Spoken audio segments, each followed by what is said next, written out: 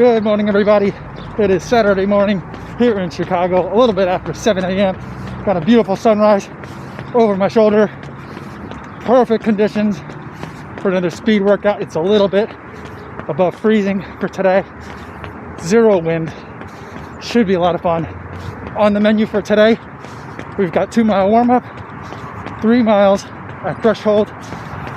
From then, jumping right into 4 by 200 at mile pace with 200-meter jog recovery. So it's a 1-to-2 work ratio and a 2-mile cool down. So should be fun today. I'd say it kind of like a, in terms of intensity, moderate intensity kind of day, but trying not to underestimate the effort level of 3 miles at threshold. So we'll see how that goes.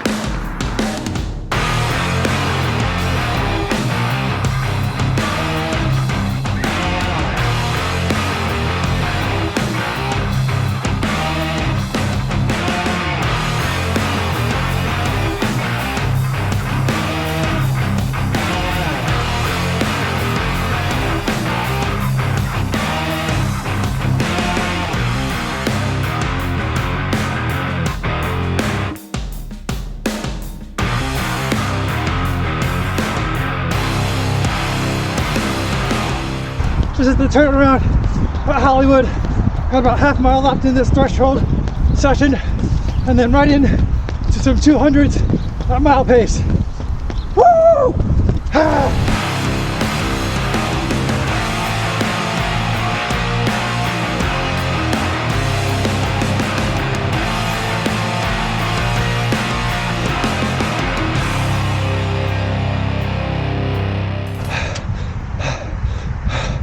Oh, so I'm gonna walk a little bit after that. Got 3 miles threshold right into that 200-meter. Oh, it's like a borderline 5K time trial. All right, 3 more of those to go. Not the threshold part, just the 200 meters. 3 to 200. Mile pace.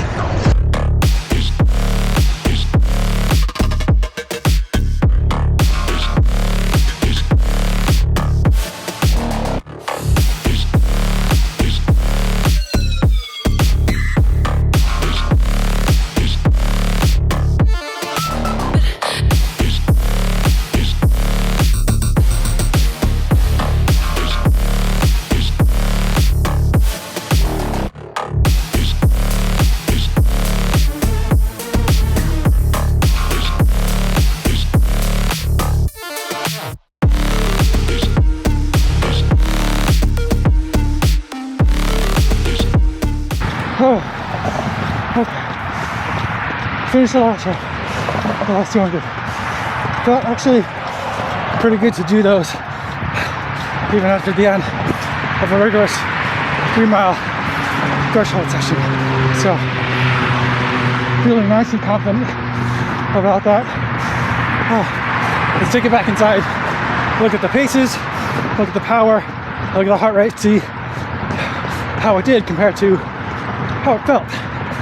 Yo, what's going on, everybody? We are back at home now. Going to take a look at some of the numbers from this workout. Feeling very strong after today. Feeling very good about it. Don't get me wrong, it was an exhausting day, but felt really happy with the overall effort in terms of how it felt. But let's take a look at some of the numbers. First, though, before we do, I do want to talk about why I did this run on a Saturday. Now, well, running workouts on Saturday generally tends to work for most people. It works for me, but for what I was supposed to be doing for my Jack Daniels plan that I had been running at this phase, getting ready for the Shamrock Shuffle, which is going to be in a little bit more than 2 weeks, at least as the time of this workout, I was supposed to be doing back-to-back workouts. Now, the previous week, I did back-to-back workouts on Thursday and Friday, and I thought it would work out fine. I thought it would be a little bit aggressive, but I wanted to try the plan as written, get a sense for what it is trying to have me do. But what ended up happening last week was at the end of my workout, the first of the back-to-back, I kind of not pulled my hamstring, but I slipped on some ice during a a work phase, and that kind of like tweaked something. So what ended up happening was the following day I was only able to do half of the speed workout of those back-to-back workouts, and so that had me a little bit worried in terms of, you know, the injury risk that it creates. Not only because doing back-to-back workouts can be really rigorous, but, you know, I'm a little bit older of a runner than probably most people that are being coached by Jack Daniels. Although I assume he has experience coaching all ages, but, you know, a lot of that program seems to be geared towards people that are running at the high school and collegiate and maybe a little bit post-collegiately. And so my situation, I think, is a little bit different. And somewhat similarly related to that is that, at least for the 5 to 10K training plans that he writes, he breaks them up into like micro blocks. So like within like a 16-week training plan, he might have 4-week increments or 8-week increments. And at the phase that I'm in, there's a lot of these back-to-back speed workouts. And I think the main rationale for that is not only does I like the idea of doing work on tired legs, the accumulated fatigue, that kind of thing. I also like the idea that it kind of makes sure that you do the first of the 2 workouts in your back-to-back days well, because you don't want to overcook yourself, because you're going to have to do another workout the next day. So I like all those things. But I think another rationale for it is that he wants to make sure that people get used to having to run hard and then come back and run hard again in a very short amount of time, like the following day, which I think is a little bit more appropriate for people that are running heats of races, or people that are racing like towards the end of a cross-country season, where you might have tournaments that you're going to, or regionals, and then finals that you're trying to reach. So a lot of that doesn't quite apply to me.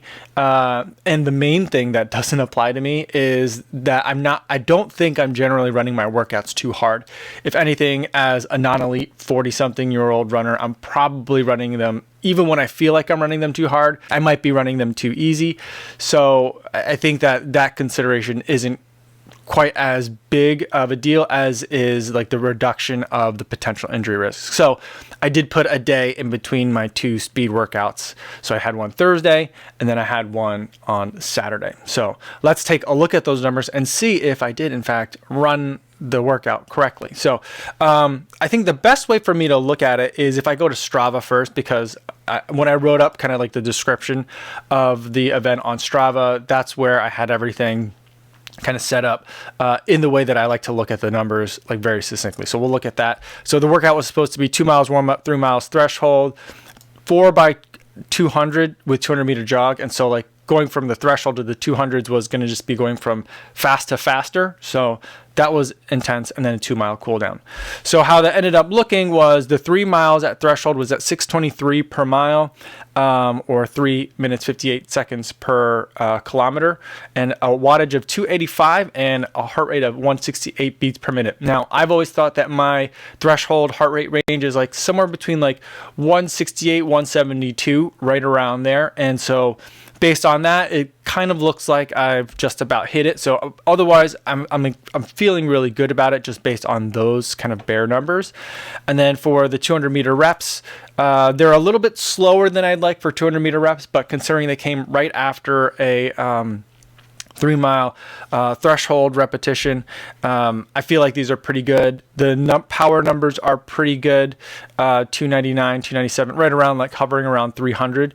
And then the beats per minute seem to be a little bit low, but these 200 meters are only taking me like 45 seconds. So the heart rate average for the entire time isn't really going to tell me about, you know, how hard my body's working. And I'm really looking at this power number right here. So let's go take a look at the polar flow to get a better sense of what's really going on heart rate wise, and get a deeper dive other than kind of just those like summary numbers. So here in this phase, number 2 is that 3 mile at threshold. And so you could see the heart rate going from low at 140, and then it gets up right here into like this band I've set at, I guess it's set at like 160 to 170. So, right at the top of that range is where I think my threshold should be, or at least where I thought my threshold should be Although I think after looking at some of these numbers, I might need to change that. So I'm holding on to that pretty well. Saying my goal was to stay between 165 and 170, just for me mentally, to be able to get through the entire 3 miles. So I think I'm doing a pretty good job of that throughout this entire range.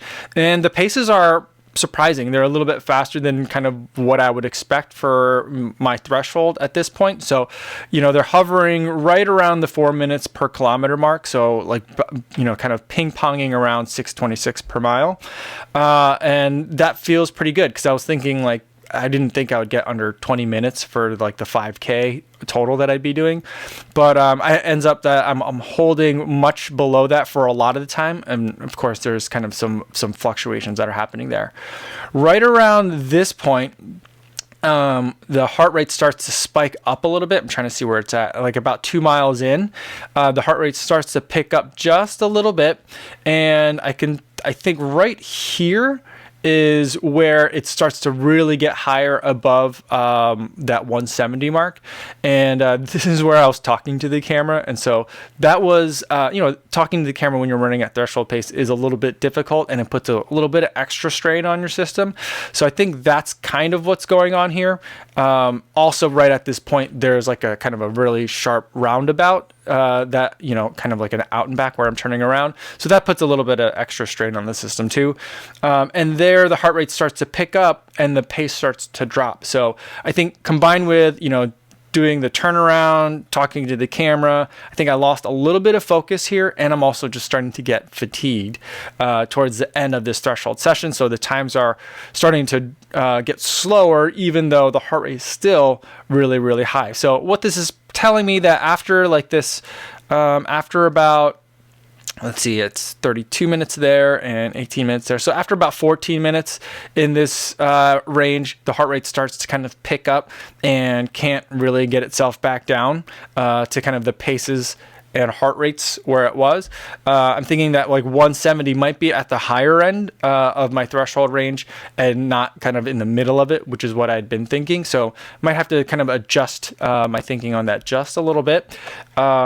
So that way I can make sure I'm doing these workouts well and getting, the exact right benefit that I'm trying to. Because I think that when I'm down here and like the pace is like nearing 7 minutes a mile, but my heart rate's still about 175, I feel like that's probably me doing a lot of flailing, just a lot of inefficient running. And so what I want to make sure is I'm getting a lot of good work at this 168, 169, 170 in like the low to mid sixes. I think that's a little bit more of what I should be doing. So that's something that I think a little bit of execution, I can help do that a little bit better if I work on, once I'm 10, 15 minutes into it, making sure that heart rate doesn't creep up a little bit too high. Then from there, I'm going right into that first 200. Hold on, my mouse is kind of freezing up here. So we'll get to that first 200. Here we are. And the paces, I'm trying to pick up the pace. I'm trying to get down towards like 540 pace, which is around where I think my mile kind of race pace would be. But my body's just not able to really respond to that. So I'm doing the best I can. The heart rate is still really, really high, 176, getting close to my max heart rate at this point, but not quite at the max, which is, I think for me, is right around like 180, 181. So still a little bit room for me to, I guess, work harder, even though I felt like it felt pretty close to a race effort out there on the day. But, my heart rate is telling me that I could have run a little bit harder, and my paces are telling me, there's room for improvement up there. Yeah, but otherwise I'm feeling good that I just got it done, and I found a little bit of an extra, I wouldn't say gear, but at least was able to get closer to that red line for that kind of like 46 seconds, I think that first segment was. And then we're resting here. I kind of walked for, I think, about 20 seconds there, and then the heart rate is coming back down through the rest of that 200 meter jog, down to not quite to my low heart rate range, but down to like 150. So it's quite a bit of recovery in the short jog there. And then we're getting right away some higher paces, but it takes basically the entire time for the heart rate to kind of come up. And if I continued working, it would have kept creeping right back up. So the peaks for all of these work sessions are getting right back to that kind of threshold zone of 171, 172. Although I suspect, like, had I let it run longer, I would have easily gotten back up to the red line of 181, kind of like my max heart rate. So I think I'm working these as hard as I need to be, based on kind of like the heart rate. And if I also look at some of these power numbers, they're peaking. I mean, the averages were right around 300 that we looked at earlier, but they're peaking a little bit higher than that. And I think that like this 320 number, 310, 312. Those are the kinds of numbers that I'm looking for right now, for my mile repeat. So I think I did them well. The numbers aren't great in terms of the paces, and the heart rate doesn't quite look right. But again, it's a short rep, so the heart rate isn't like something that you really should be looking at least not from the average perspective. I think the paces are okay, and something that I hopefully will improve with more workouts kind of like this, but it's at the end of a very long workout. So, it's not going to be like my fastest numbers that are out there. So overall, feeling pretty good. The workout was good enough though, that when I looked at my stryd, I saw that my critical power number had updated. Now for stryd, the critical power number is basically what, the power number would be for your threshold pace. So like, what pace should you, or what power number should you be running at for a threshold level effort? And so I was trying to find on the web interface the way to look at it so that I could see my history, but I think you can only see it on mobile. I did make a post about it on Instagram so you can kind of see. Now, for a while, I'd kind of been thinking that my stryd was off or something was going on with it. Maybe I needed to get a new one, because I've had mine for several years, almost a few years now at this point, I think. And even though in this January, February timeframe, that's when I started this 8K training plan. So doing a lot of speed work, a lot of faster work that I don't normally do. But yet my power number had dropped a lot, and my critical power number, and it was staying low. And not only that, in like the height of the program, it was dropping. So it was getting even lower. And so I thought that was really weird. But after not just today's workout, and we'll see it in a second, we'll take a look at it. But after the last week's worth of workouts, then the power number kind of readjusted itself and went back up to 278, which I think makes a lot more sense for me now. So let's take a look at some of those power numbers. So one way to look at it is in the power zones. And so right now, if we go back and look at the power data, let's look at Strava because it has the average. The average for that threshold was 285 that I ran, and stryd is telling me that my critical power is 278. So I was running a little bit faster than threshold pace.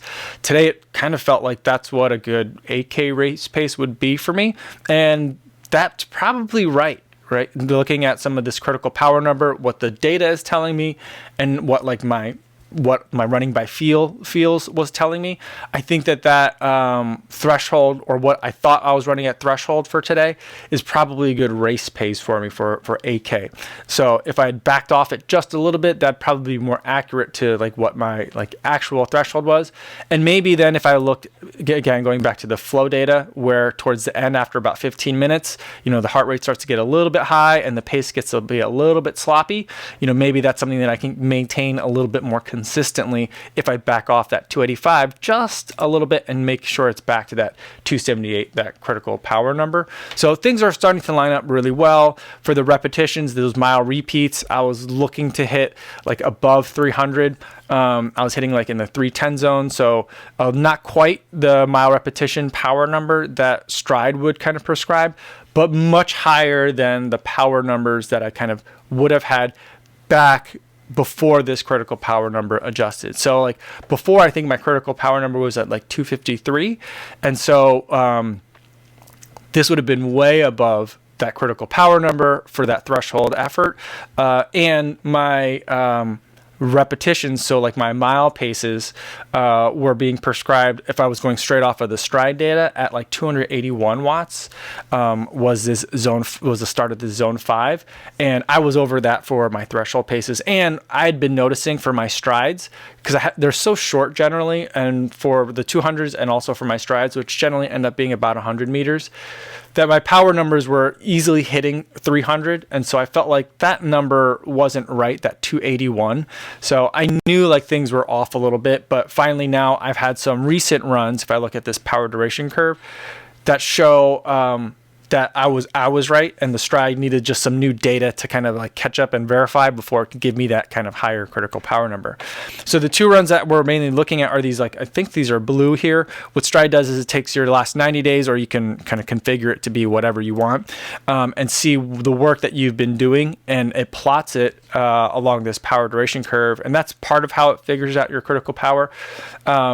And it also kind of shows you where some of the gaps in some of your workouts might be, at least according to stryd. But we're looking at it here, and so last week, I think it was 1,200 meter repeats.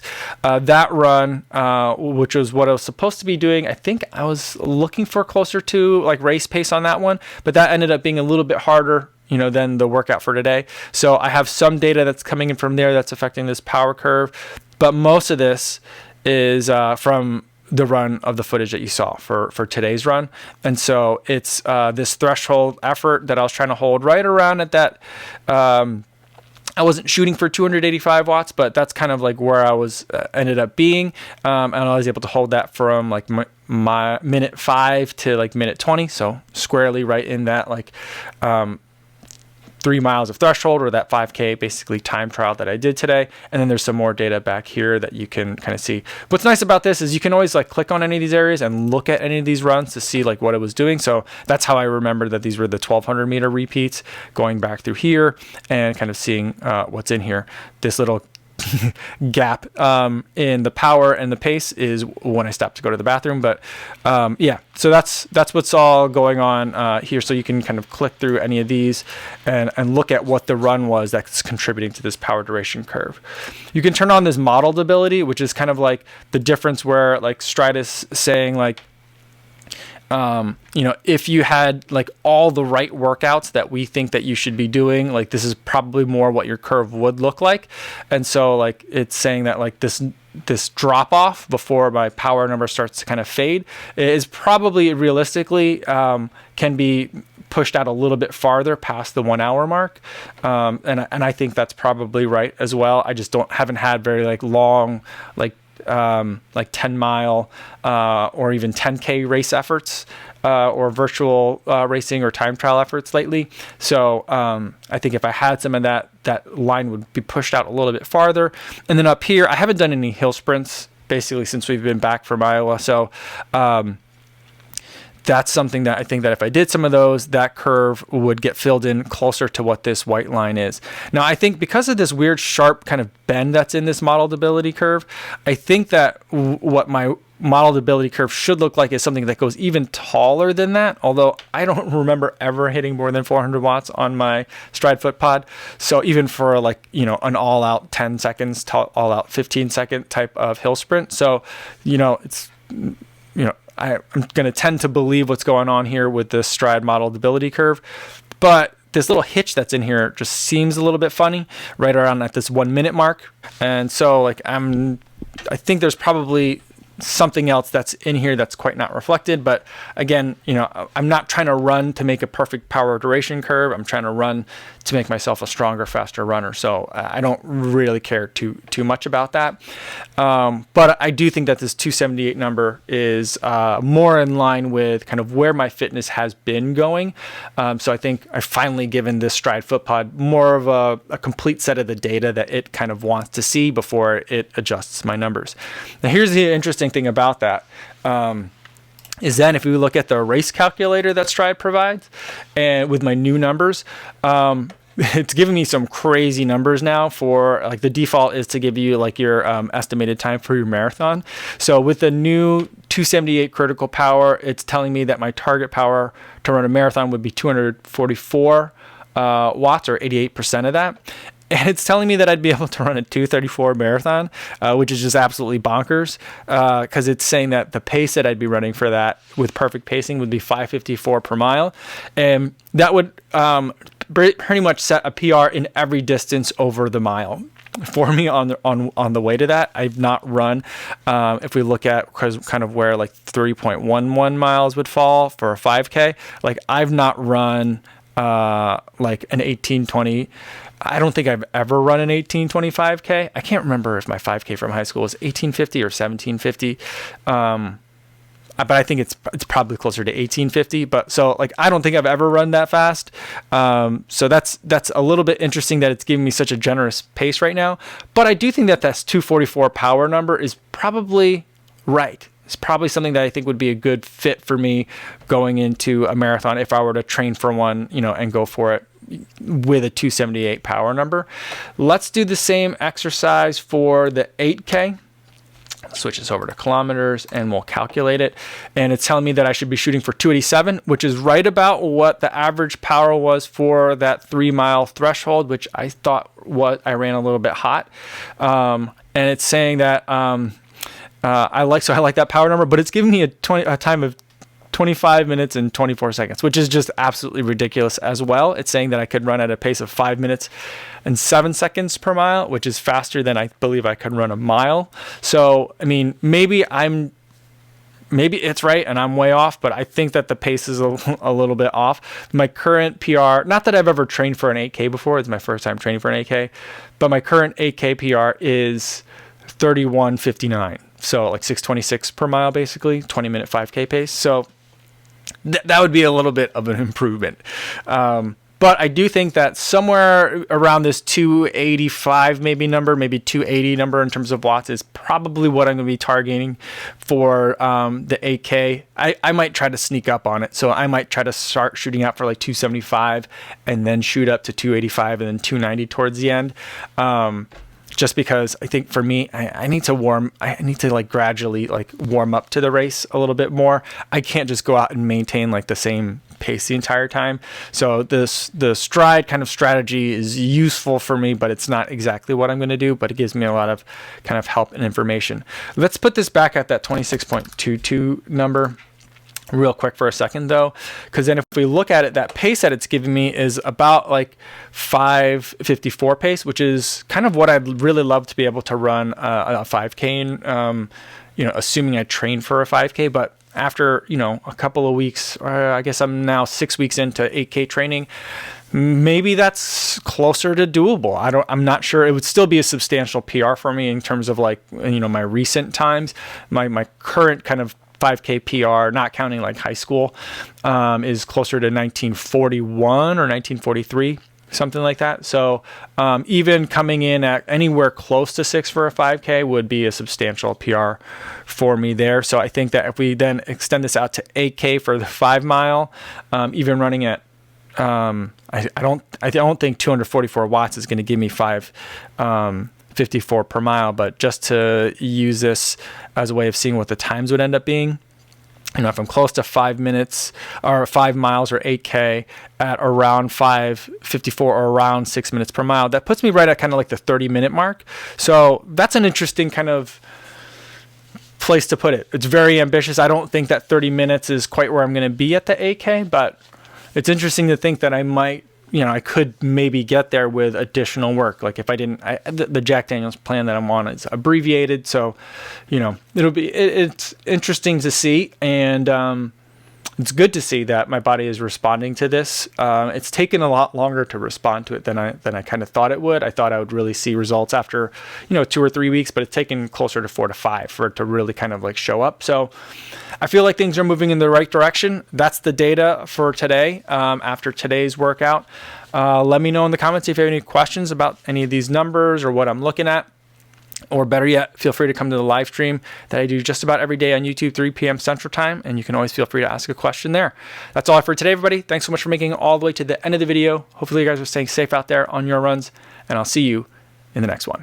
Yo, what's going on?